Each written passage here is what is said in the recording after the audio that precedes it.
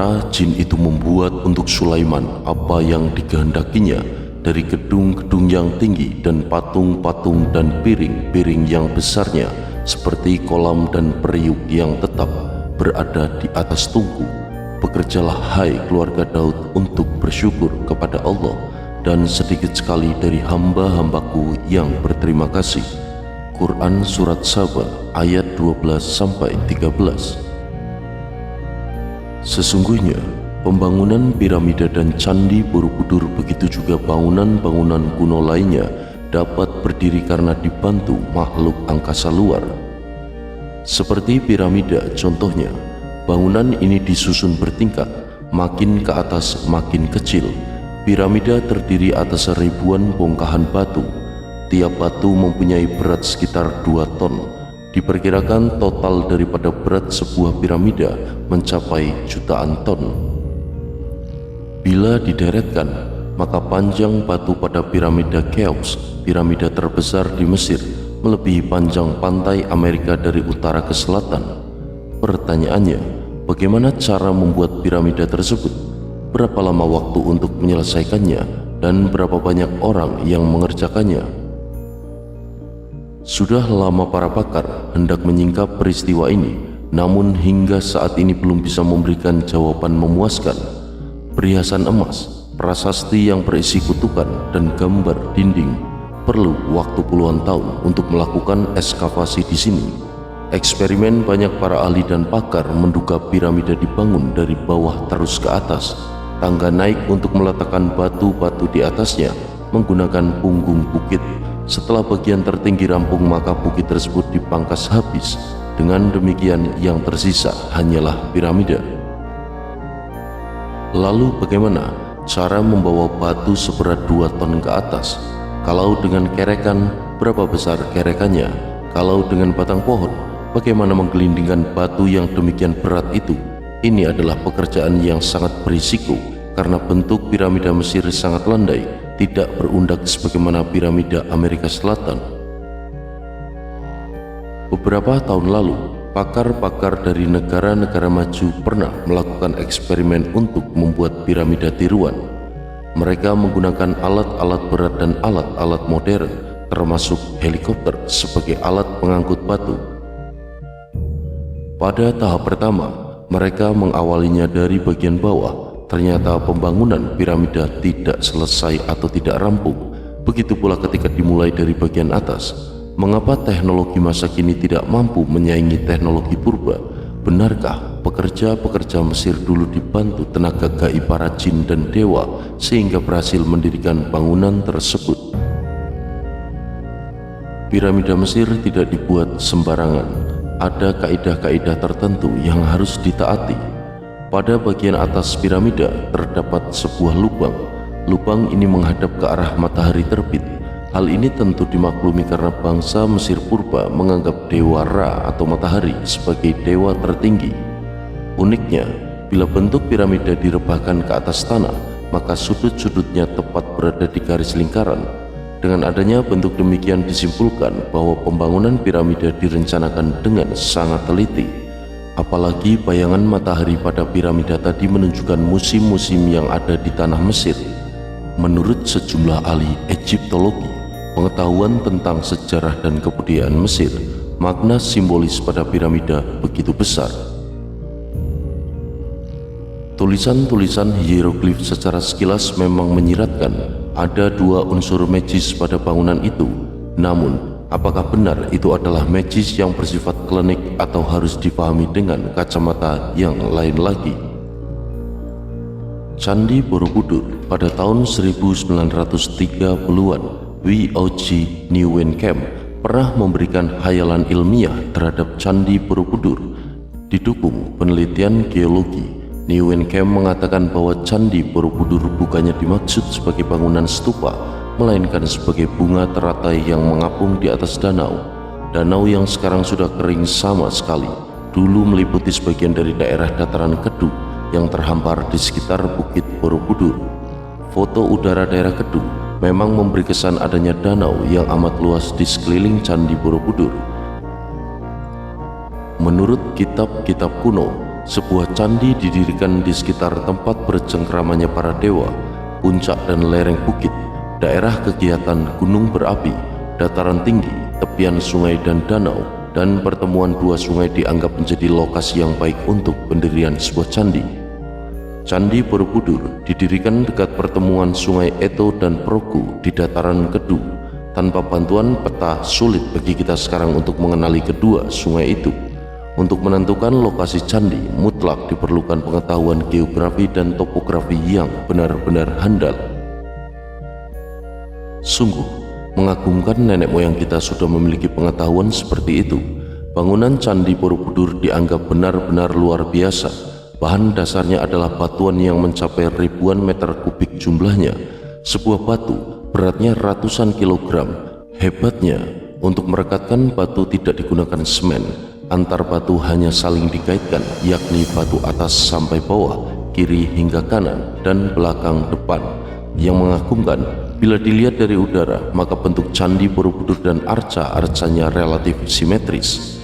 Kehebatan lain, di dekat Candi Borobudur terdapat Candi Mendut dan Candi Pawon.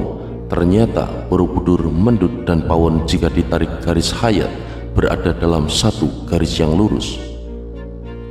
Maka kemudian orang mereka-reka bahwa pembangunan Candi Borobudur juga dibantu para jin, dewa, dan orang pintar lainnya angkasa luar. Dan pada tahun 1970-an muncul Erich von Däniken, seorang pengarang fiksi ilmiah atau science fiction yang bukunya sangat populer. Beberapa karyanya seperti Kereta Perang Para Dewa, Kembalinya Bintang-Bintang, Emas Para Dewa, Mencari Dewa-Dewa Kuno, dan Mukjizat Para Dewa berhasil membius jutaan pembacanya dengan hayalan yang sulit dipercaya, namun dapat pula dicerna akal sehat. Lalu kitab suci telah menjelaskan secara eksplisit bagaimana keberadaan orang-orang zaman dahulu mampu merusak bumi ini, dan ini jelas hanya dapat dilakukan oleh sekelompok orang yang memiliki kehebatan serta kemampuan melebihi dari apa yang dimiliki orang pada saat ini. Demikian disebutkan dalam surat Al-Kahfi ayat 94. Wahai Zulkarnain, sesungguhnya Ya'juj Ma'juj merusak di muka bumi. Kami akan siapkan imbalan yang besar agar kiranya engkau membuatkan benteng antara kami dengan mereka. Di dataran tinggi Nazca atau Peru, demikian awal kisah. Terdapat sebuah lajur tanah rata yang panjangnya lebih dari 50 km. Para arkeolog menafsirkannya sebagai jalan raya bikinan bangsa Inka, namun von Däniken menganggapnya sebagai landasan bandar udara untuk melayani penerbangan antar bintang. Apalagi dia berhasil mengaitkannya dengan sejumlah temuan arkeologi. Dengan imajinasinya, von Däniken mengatakan pasti ada planet lain yang dihuni oleh makhluk sejenis manusia. Penghuni planet itu adalah makhluk-makhluk yang kecerdasan otak dan peradabannya melebihi manusia biasa. Berpuluh-puluh ribu tahun yang lalu, makhluk-makhluk ini berkunjung ke bumi mengendarai wahana antariksa yang dapat mengarung angkasa dengan kecepatan super tinggi. Ternyata, hayalan von Däniken didukung oleh berbagai tinggalan arkeologi. Pada sebuah peta dari istana Topkapi di Turki, tergambar benua Amerika dan Afrika dengan di bawahnya daratan Antartika di kutub selatan. Penggambaran peta demikian hanya mungkin dilakukan melalui pemotretan dari jarak jauh di angkasa. Dan bila dicermati, peta kuno itu sama benar dengan peta bikinan Angkatan Udara Amerika Serikat, hasil proyeksi sama jarak dari titik tolak di Mesir. Di Val Camonica, Italia, dan di Tassili Gurun Sahara terdapat lukisan dinding yang menggambarkan orang berpakaian seperti astronot zaman sekarang, lengkap dengan baju tebal dan helm. Bahkan helmnya menutupi seluruh kepala dan dilengkapi antena. Kalau begitu, benarkah dahulu pernah terjadi penerbangan angkasa luar yang dilakukan makhluk dari planet lain ke bumi? Dalam perkembangannya, makhluk dari angkasa luar itu berubah wujud menjadi tokoh dewa, sering dipuji masyarakat purba. Adanya dewa tergambar jelas dari mitologi dan berbagai kitab keagamaan di pusat-pusat kebudayaan kuno seperti di Maya, Inka, Mesopotamia, India, Mesir, Yunani, Romawi, dan Indonesia. Yang jelas dengan menggunakan piring terbang atau UFO, makhluk zaman dahulu atau jin, Ya'juj dan Ma'juj mengadakan perjalanan lintas galaksi, dan nanti mereka akan turun kembali dari galaksi luar menyerang bumi ini.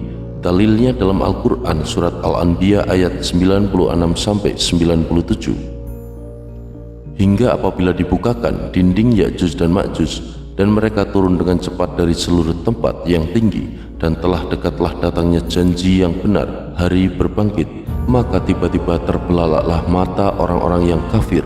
Mereka berkata, aduhai, celakalah kami, sesungguhnya kami dalam kelalaian tentang ini, bahkan kami adalah orang-orang yang zalim. Dalam mitologi dan kitab keagamaan digambarkan, para dewa bersemayam jauh di atas sana dan sewaktu-waktu dapat berkunjung ke bumi, baik dengan terbang secara langsung maupun menggunakan wahana antariksa.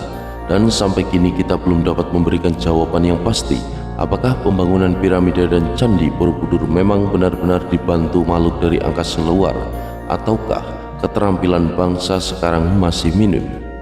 Teori siapakah yang harus kita ikuti? Namun kami sudah dapat memastikan bahwa alat transportasi piring terbang inilah yang pernah digunakan oleh Zulkarnain dan juga oleh Nabi Sulaiman setelah para jin membuatkan baginya kendaraan yang dapat berjalan dengan cepatnya. Dalilnya, dan kami tundukkan angin bagi Sulaiman yang perjalanannya di waktu pagi sama dengan perjalanan sebulan dan perjalanannya di waktu sore sama dengan perjalanan sebulan pula, dan kami alirkan cairan tembaga baginya. Dan sebagian dari jin ada yang bekerja di hadapannya di bawah kekuasaannya dengan izin Robnya. Dan siapa yang menyimpang di antara mereka dari perintah kami, kami rasakan kepadanya adab neraka yang apinya menyala-nyala.